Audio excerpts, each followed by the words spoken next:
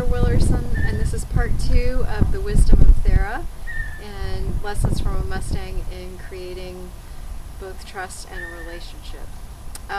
Today, in this second video, I want to share what I've learned from Thera about creating space and establishing space and how important that is. So I learned that through a Mustang's way, but then also you can definitely hear what I'm saying and apply this to any relationship, I believe, that you may be experiencing. So kind of one thing that I want to go back over with Thera is, as a Mustang, the energy around her is so different than any other horse I've ever been around. And it is almost as if there's a lit match of an energy field around her. And when I first was around her, when I was visiting her at the horse rescue before I brought her home, what I would notice for myself was that I would immediately have this fear reaction that would come up in her presence, because I was so unused to this alive, pure, expansive energy around another being's body. And it's interesting, I didn't point this out in the first video, but her name Thera is actually Greek for wild child.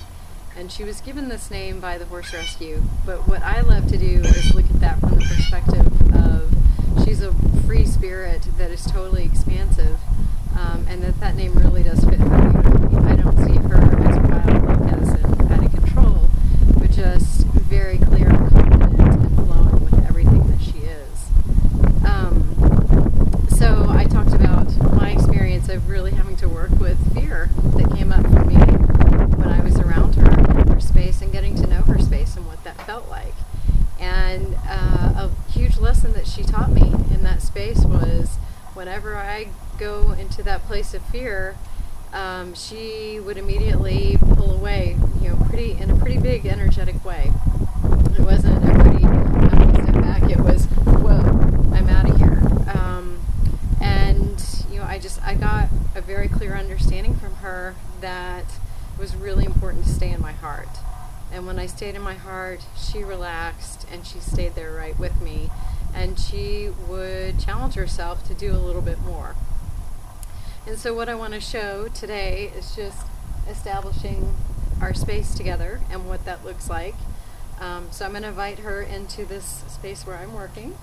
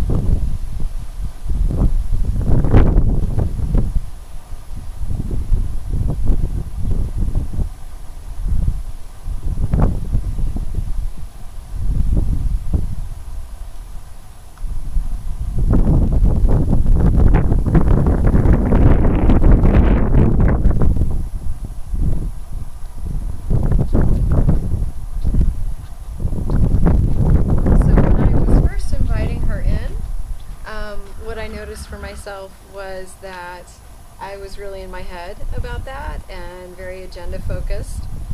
And she was looking at me like, I'm not coming in and working with you. But then the second I recognized that and softened and just came back into my heart and relaxed, she came in. And you may have seen me offer her a carrot, and I know some horse people are not in agreement about that, but the place I come from on that is, it's always nice to say please and invite somebody to participate. And, she's working really hard and doing a lot, and you just express some gratitude of thank you for being here and doing this with me.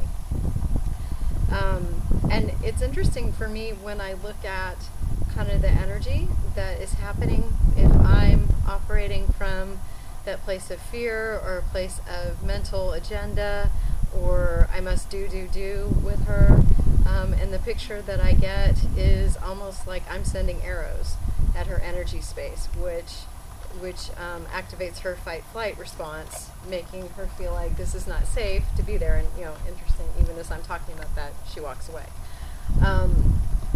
But however, if I look at it from I am staying in my heart, it's as if the energy shifts, and it's these really lovely kind of rolling, inviting waves that are coming off of me, which invite her to come in, and that's curious, that's welcoming, and something that she is choosing to be a part of.